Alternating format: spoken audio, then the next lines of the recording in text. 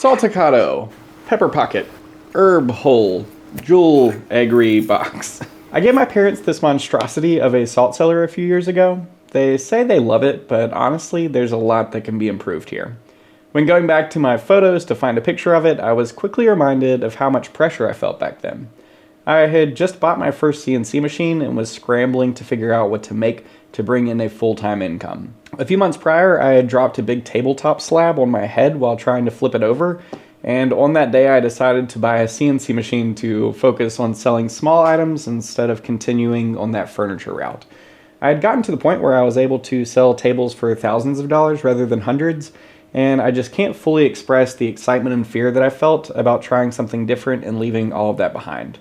Having our little girl and making a career change and also trying to start up a YouTube channel, I probably should have had a lot more hesitation. But the truth is, once I get my mind made up, it's pretty hard to change. Salt cellars were going to be one of the first things that I produced as wholesale items for stores, and I was going to sell them on a wholesale marketplace as well as locally, and then steadily grow my catalog as vendors were giving me feedback. As I was working through all of that, I was also banging my head against a wall trying to learn Carveco, and thankfully all of that hard work paid off and produced my topo trays. And those are what paid the bills for my first year of having a CNC machine in the shop.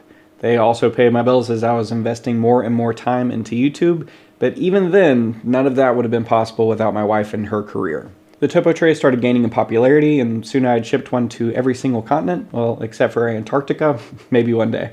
The topo trays were just difficult enough to make that I knew that most people couldn't flood the market with them, and even today I still think the way I was making them personally still holds up as being fairly unique. YouTube started earning me more income and taking more of my time, so I scaled back on the listings and eventually marked all of them as sold out. Very early next year, I'm going to have a full tutorial on how to make those topo trays. It's a bit of an artistic process, and I'm excited to have a more in-depth guide that can walk anyone through the entire process. It'll be included for CNC with Me members, but also if you just want to buy it as a standalone course, I'll have that option as well. With a more relaxed upload schedule for YouTube next year, I'll be able to dedicate time to more things like that. I think it's going to really work out. I guess that whole story was just me trying to say that I'm thankful for my family and their support. It's been quite a wild ride, and I'm sure will continue to be over the next few years. And nothing says thank you like a salticado.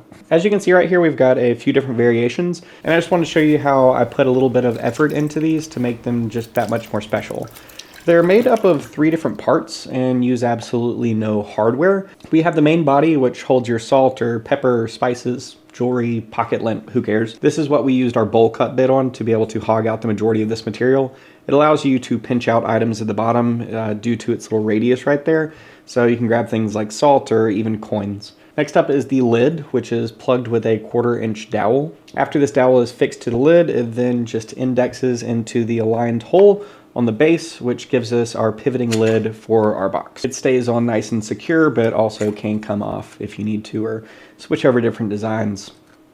Easy enough. I wanted these to not only be functional, but also pretty enough to keep out on the kitchen countertop, which is why the base is made up of some 100-year-old reclaimed white oak, and the lids are made up of this really beautiful curly maple. I've learned a ton about working with reclaimed material over the last few years, and by far my biggest lesson that I've learned is always cut out more than you think that you're going to need. Cracks, splits, knots, and even nail holes come out of nowhere and can absolutely ruin your piece. So for this, I definitely needed 6 of them, and I ended up with 7, although I did cut out 10. This salt box is very similar to the very large salt box that I gave my parents and I was going to be offering.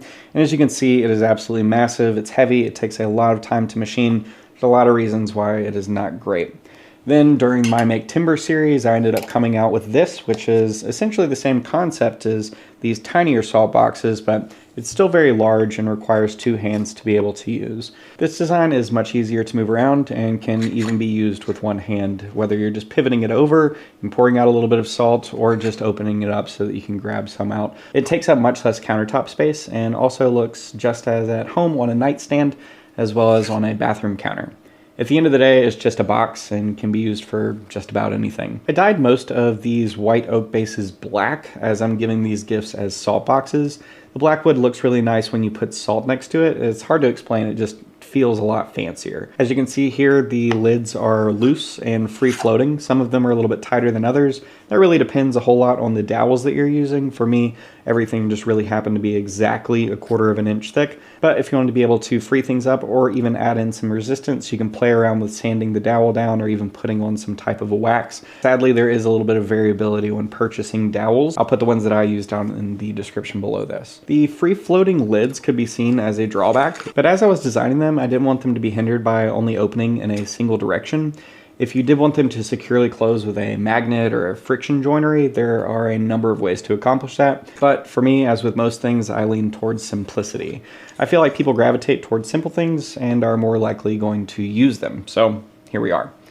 The lids give an opportunity because you can show off really small and unique pieces of wood. And the curly maple really does shine well after putting a few coats of lacquer on it, both in the natural color as well as dyed black. But honestly, I went back and forth when creating these. Do y'all specifically like the light tops with the dark base, or are you more drawn towards the dark top with the lighter base? I've honestly played around with a few of these configurations and I'm not exactly sold on any of them yet. As I was playing around with the finishes, I did make one of them a whiskey oak barrel finish, which is just spraying it with lacquer and then dipping it into black ink afterwards. Just make sure that you wipe off as much of the ink as possible because it's not really soaking into that original lacquer layer. Go back and seal it again with some lacquer, and this is what we have. And I think it looks pretty good. You can obviously make these tops out of a ton of different materials or even laser cut out the lids.